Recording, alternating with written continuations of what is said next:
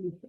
Entonces les van a presentar una gráfica en este lado y de igual forma, primero vamos a leer de qué información, de dónde nos están sacando estos datos, del Banco de México, y nos va a dar la participación sectorial en las exportaciones.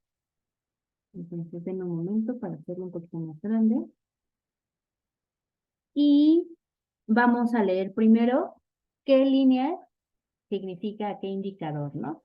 XP, que en este caso serían las exportaciones petroleras, en este caso lo tengo de este lado, es la línea que está continua. La XMQ son las exportaciones de maquila con respecto a las totales. Y en este caso es la que está, que son pequeñas líneas y se corta. Y la otra es la que aparecen los puntitos, es todo el resto de las exportaciones. Y entonces dice, considerando los elementos descritos en la gráfica, por ejemplo, igual mismo vemos los años en el eje de las X, esto no va a cambiar, y en el eje de las Y, que es lo vertical, también de igual forma es el porcentaje en este caso. Y la pregunta es así, considerando los elementos descritos en la gráfica, selecciona el único inciso que no describe de manera adecuada. Entonces aquí nos muestran estos 4 incisos. Nos va a decir en el primer inciso, las exportaciones por petróleo, XP, línea continua, cada vez fueron menores, pero positivas y al final del periodo tienden a crecer. Entonces dice, las exportaciones por petróleo cada vez fueron menores. Empezó en 50, bajó. Hasta ahí es cierto. Y al final del periodo tienden a crecer. Baja todavía, sigue bajando. Y aquí tenemos una ligera subida. Entonces esta sí describe a esta gráfica. Y lo que tenemos que buscar es que de estas, de las mencionadas, no describe de manera adecuada la gráfica. La siguiente. Las exportaciones por petróleo, de igual forma es XP, la línea continua, cada vez fueron menores. Pues se parece mucho a la anterior, ¿no? Sí, así es, fueron menores. Y las de maquila crecen de manera sigmoidal. Entonces, recuerden, es como esa es. XP y las de maquila es MQ. MQ es la puntera. Entonces, va a decir que las de maquila crecen de manera sigmoidal. Pues sí, en efecto, miren, aquí está haciendo pequeñas heces, pero sí está creciendo. Esta también sí describe a nuestra gráfica. Siguiente inciso. El resto de las exportaciones son más o menos constantes después de 1984. 1984, aquí partimos de esta información de este año. El resto de las exportaciones son los puntitos. Entonces, a partir de 1984 son más o menos constantes. Pues sí, miren, sí van a ser, yo creo que propiamente serían en 1985. Pero sí son constantes después de ese año. Entonces está como un poco confuso, solamente al inicio de este año.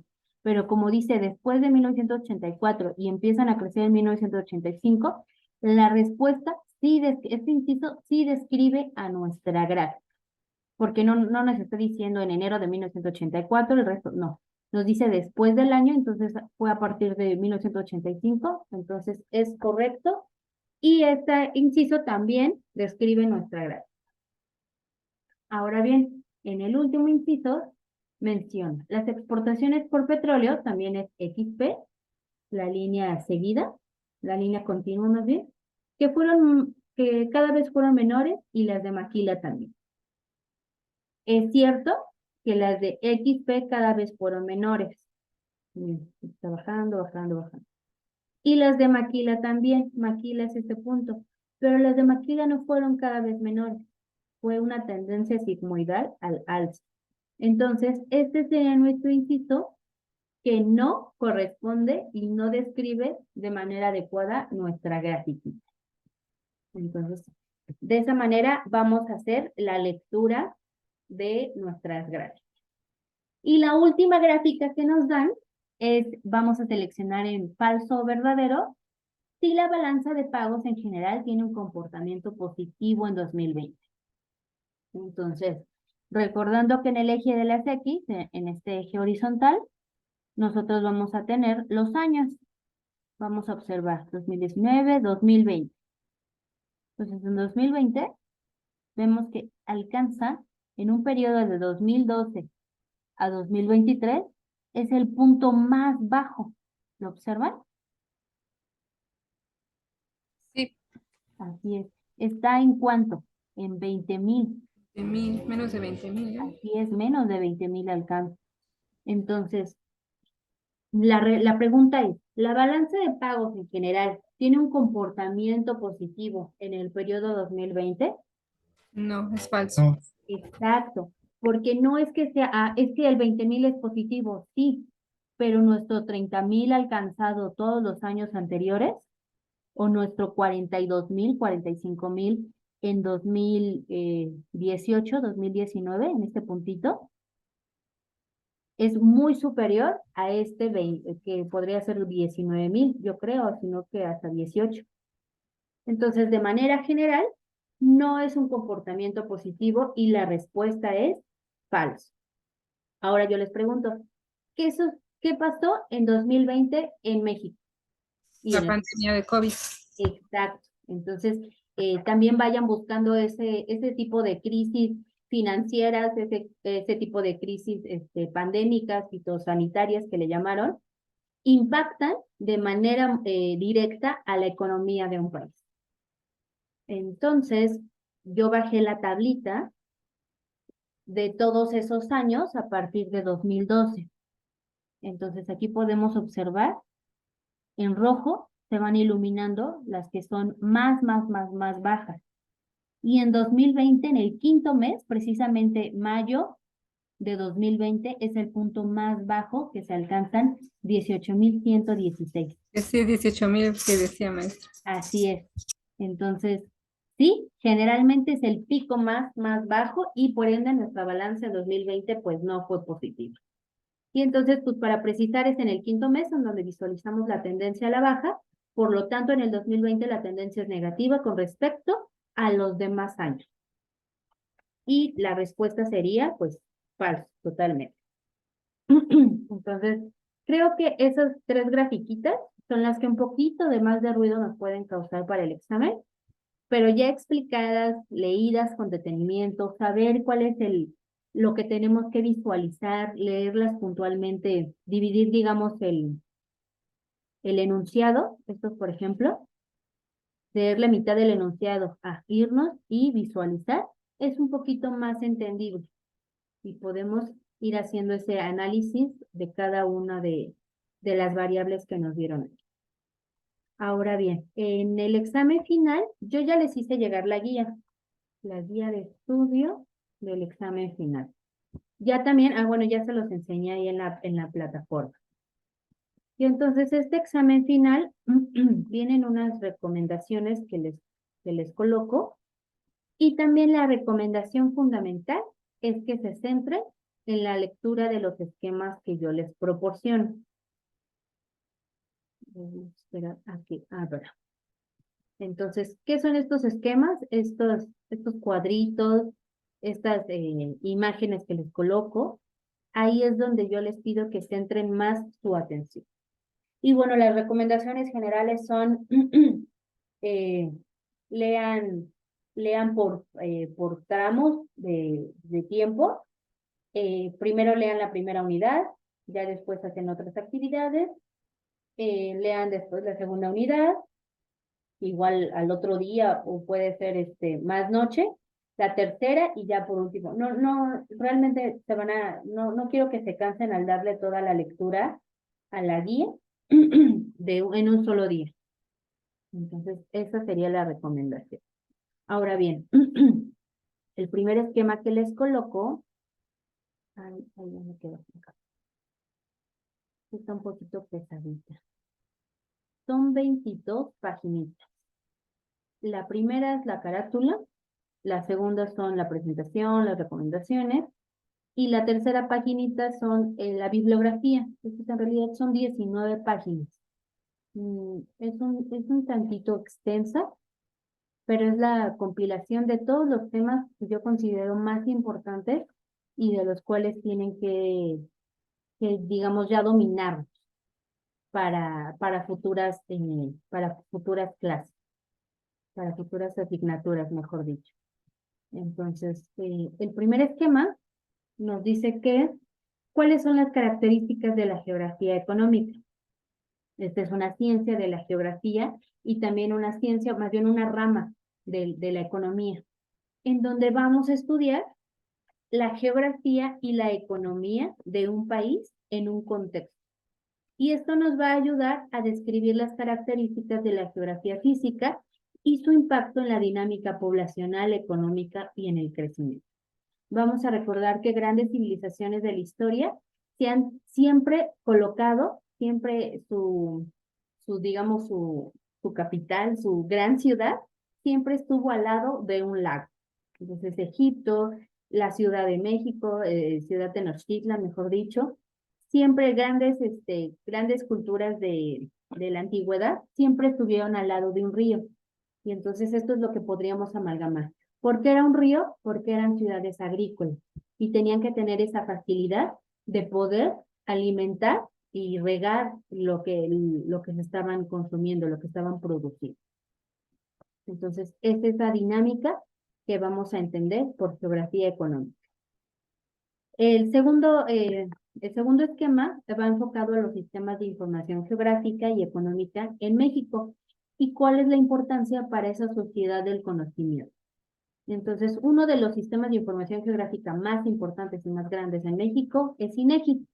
Entonces, INEGI, a través de todas esas encuestas que nos hacen a la población, esta información nos va a ayudar a nosotros como futuros contadores financieros a la toma de decisiones, a un desarrollo de sistemas, de aplicaciones, de propuestas también de alguna forma, para poder crecer. Ese siempre va a ser el punto preliminar. Todos buscamos crecer.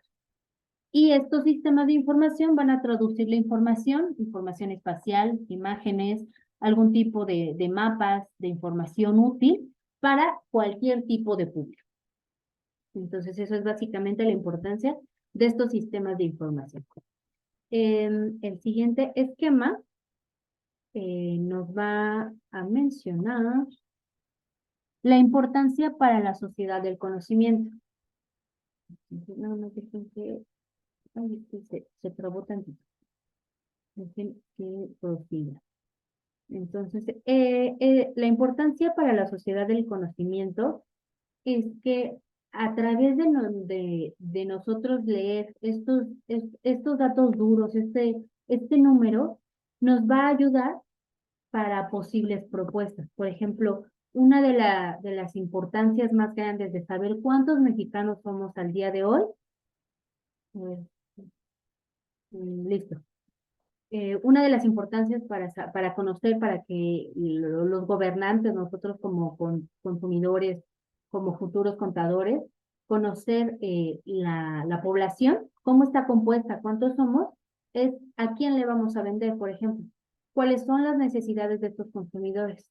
¿Qué tipo de consumidor tenemos? Si son mayores de 60, si está conglomerado en jóvenes, si está conglomerado en niños, por ejemplo.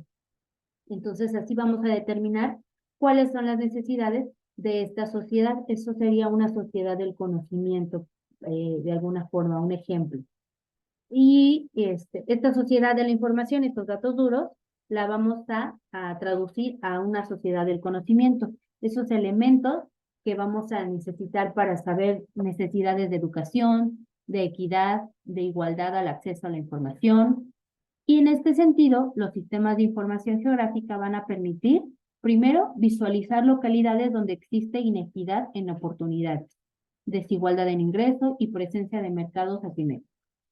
El segundo es el desarrollo de productos digitales que privilegian la información para apoyarla en la toma de decisiones de todos los agentes económicos.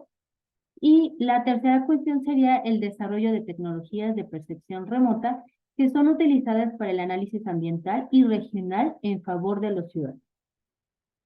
Entonces, vamos a traducir estos datos duros para y a favor de toda la población.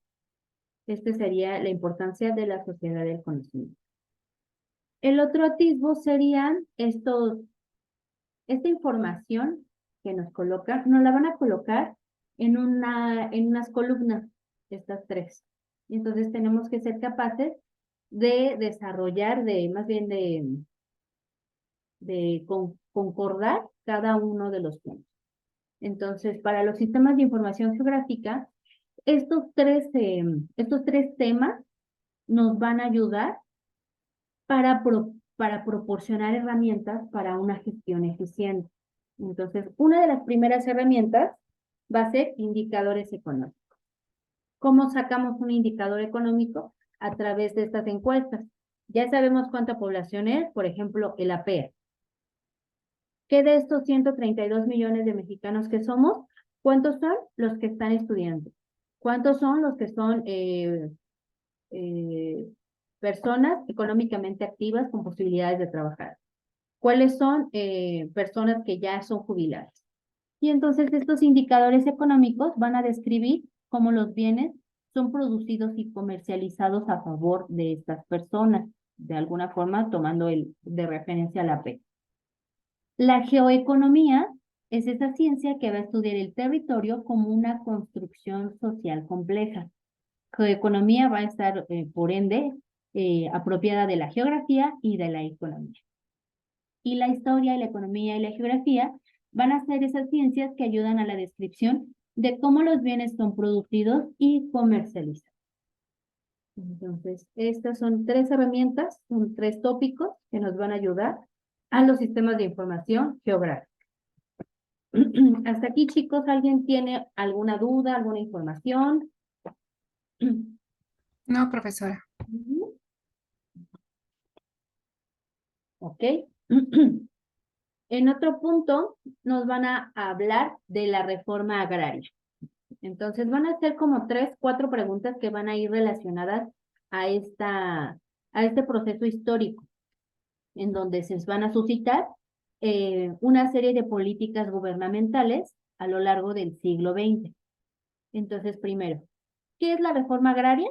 Pues uno de los elementos clave para entender a nuestro país y nace de una contestación al régimen dictatorial de Porfirio Díaz, en el cual este régimen dictatorial solamente favorecía a los sectores capitalistas y a las grandes compañías extranjeras. Entonces, durante este porfiriato, de alguna forma así construido el nombre, fomentó un modelo de desarrollo capitalista que profundizó aún más la desigualdad social. Y donde se pasó de una agricultura basada en granjas familiares a uno de los grandes consorcios orientados a la exportación. Entonces, este va a ser uno de, de las preguntas que les van a dar.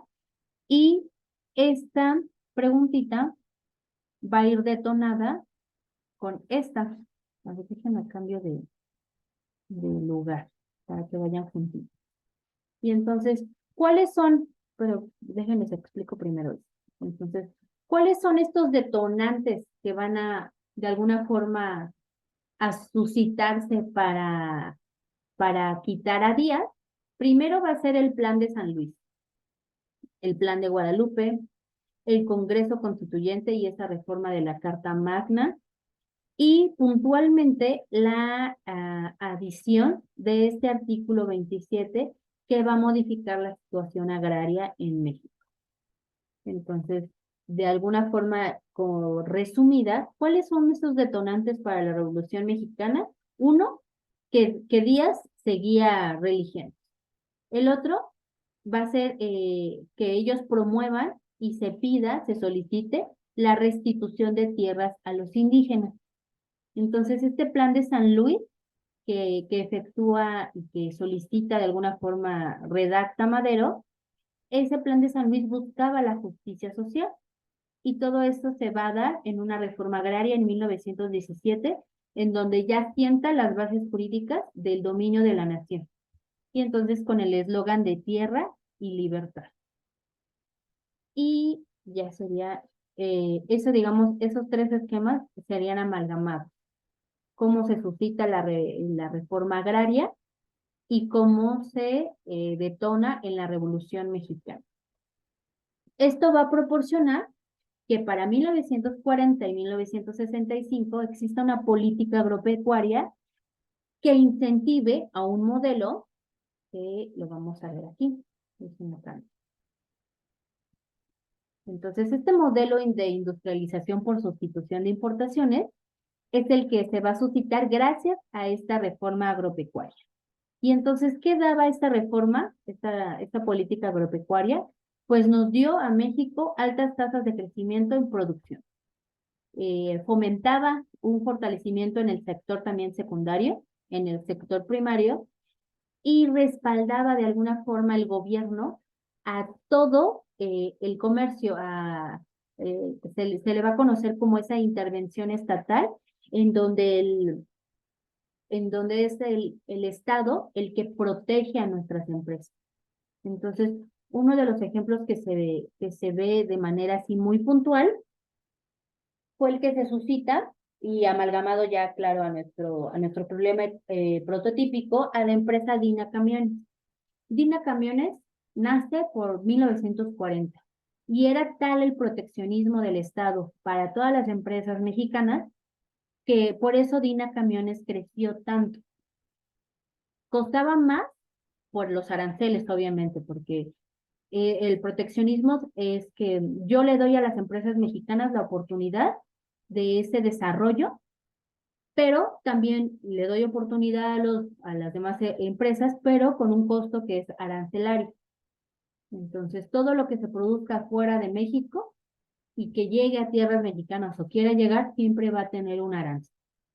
Entonces, este modelo de industrialización por sustitución de importaciones era incentivar primero a toda la región a que produciera lo que consumiera.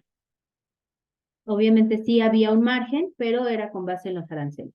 Entonces, esto promueve primero el desarrollo de la industria local, un aumento por obviedad en el gasto de infraestructura y una reducción a las importaciones. Y existe la intervención estatal. Entonces, esta reforma, esta política agropecuaria, existe gracias también y financia más bien, promueve la ganancia de divisas y de financiamiento. Existe un fortalecimiento casi a todos los sectores y más al sector secundario. Y todo lo que se exportaba tenía un excedente y existe un fortalecimiento al mercado. Y entonces, este es el modelo en el que México creció más.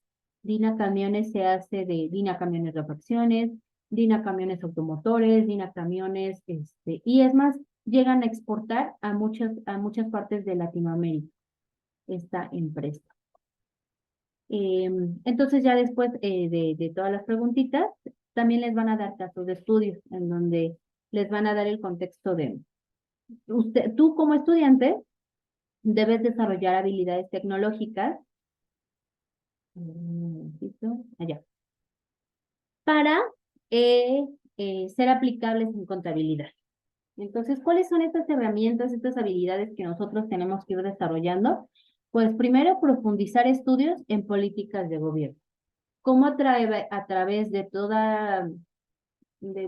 este movimiento comercial que existen en las empresas, cómo nosotros, por ejemplo, como futuros, no solamente podemos trabajar en empresas, sino también en instituciones de gobierno, en investigación, para promover políticas públicas para favorecer a estos sectores que no han sido tan privilegiados. Y entonces, como estos sectores, como agropecuario, industrial, son importantes. Entonces, tenemos que primero conocer todos los sectores y subsectores de la economía y de manera puntual, agropecuario e industrial. Después conocer y poder desarrollar ese análisis de los sectores del uso intensivo del conocimiento. ¿Cuáles son todas esas variables que podemos ir relacionando y se relacionan dentro de estos sectores? Y estabilidad también es identificar y resolver los problemas del crecimiento de estos sectores. Entonces, si nosotros somos un país que se desarrolla solamente en el sector servicios, toda la población, todos esos extranjeros que están viniendo, por ejemplo, solamente para turismo, estamos dejando al lado el sector agrícola. Entonces, una población que no se concentra solamente en lo que va a gastar, en lo que va a ver, en lo que va a disfrutar de alguna forma, este lado de las necesidades básicas lo estamos dejando de lado, que sería el sector agrícola. Entonces, es primordial para todas las empresas, para todos los países, que el sector agricultor, el sector agrario, siempre esté en auge y sea una de las prioridades nacionales de agenda, más bien de agenda nacional. Ok, chicos. Y bueno, ya les dejo los demás esquemitas para, para su, para su análisis, para que ustedes lo lean. Ya son un poquito más fáciles. ¿Qué más, chicos? ¿Qué más requieren saber? Sería la explicación de la actividad 3, ¿verdad? De la unidad 13. Ok. Entonces, a ver, denme oportunidad de buscarla. Entonces vamos a... Me imagino están también en el foro de dudas, ¿verdad? Todas. Así es, ese lo van a encontrar en el o por obviedad, perdón, en la Ah, unidad 3. Pero todos los materiales están ahí. Abrir. entonces yo creo que como nos dijo, ¿verdad? Empezamos con la actividad integradora y después continuamos con las que nos faltan. Y háganle así para que vayan ganando puntos y ya digamos, lo que no nos da tantos puntos como el foro, lo vayan haciendo Ah, al ok. final. Ujú. Entonces, vamos a observar. Esta también les hice una hojita de ayuda. Entonces, dejen también la abro. A ver, ¿dónde está? Aquí. Entonces, Pues maestra, yo nomás tengo una pregunta ajá, con la unidad número 2, ok, relacionado a por qué le afectó el PIB a ciertos presidentes. Bueno, en este caso yo elegí a Cedillo y a Andrés Manuel para no hacerlo tan extenso. ¿Nos ajá. puedo dejar las puras problemáticas? O sea, lo que no quiero es hacerlo tan extenso el documento, no es ya dejar las problemáticas, ¿estaría bien? Ajá, sí, con que enumeres la problemática está más que perfecto. Ok, muchas gracias. Sí, claro. Entonces, ¿qué nos pide esta actividad número 3? Concretar y especificar cuáles son los beneficios de la inversión que se hace en México. Entonces, en la primera parte nos dice que vamos a describir en 3 párrafos en qué consiste el sector servicios y si consideramos que el desarrollo de la planta de autos eléctricos va a promover el crecimiento de este sector. Entonces, son preguntas un tanto obvias porque, claro, que va a incentivar el sector servicios. A ver, denme un momentito. Me lo coloco. Ajá. Ok. Entonces, claro, este sector servicios va a tener una relación directa con el crecimiento y esta nueva planta en Santa Catarina. A ver, aquí la dejé. Entonces, aquí les coloqué esta paginita, sí, esta imagen de todo ese impacto que va a tener Tesla en México y propiamente en Nuevo León, en Santa Catarina. Entonces, sí es como un tanto obvia, pero lo importante es describir en qué consiste este sector de servicio. Entonces, en otra parte, vamos a enlistar cuáles son los subsectores del sector servicios que pueden y están relacionados e implicados en este proyecto, que sería el constructor de manera puntual, el sector automotriz, ¿qué otro subsector sería? Pues principalmente esos dos. Entonces, si enumeran esos dos y los explican, está más que contestada la pregunta. La tercera indicación, aquí nos está diciendo que nos vayamos al sector, a la página de INEGI, en la pestaña de Cuéntame de México, y vamos primero a contestar cuántos comercios hay en el país. Entonces yo ya coloqué en el PowerPoint esta imagen, y entonces aquí nos dice que en México, hasta el censo de 2018, existían 2.248.315 establecimientos, con comercios variados, desde abarrotes, alimentos, bebida, hielo, tabaco, ropa, todo ese tipo de comercio, todo lo que yo compro, todo lo que oferto, se le conoce como un comercio, un comerciante, esta definición de cómo lo va a englobar INEGI. Entonces es importante que coloquen hasta 2000, o de acuerdo al censo de 2018, existen 2.248.315 establecimientos. En el otro vamos a colocar un mapita en donde vamos a colocar dónde se va a establecer la planta de Tesla. Y vamos a describir qué da esta región de Santa Catarina en Nuevo León. Y esta imagen, también ya se las coloqué aquí. Bueno, ahorita lo puedo saber. Este mapita, aquí está. Nuevo León. Aquí nos está diciendo que tiene una muy alta participación dentro de la economía. Y enfocado, pues aquí está nuestro estado, ¿no? Y esta información, esta mapita, lo pueden, obviamente, retomar y colocarlo en su Word. No peguen toda la pantalla, no lo hagan grande. En realidad, si colocan la imagen pequeña, es más que suficiente. A ver, vamos a la otra página. Bueno, la otra indicación de aquí a que reacciona es colocar igual un mapita rescatado de INEGI en donde coloquemos nuestro estado, qué actividad tiene nuestra Ciudad de México, y colocar ese mapita, principalmente, nada más es la actividad. Ajá. A ver, denme un momentito porque se está pausando. Y en la última, es colocar el servicio de qué es lo que aporta nuestra entidad. Vamos a pegar la imagen que nosotros revisemos. Y para la segunda actividad vamos a entrar a la parte de juegos y vamos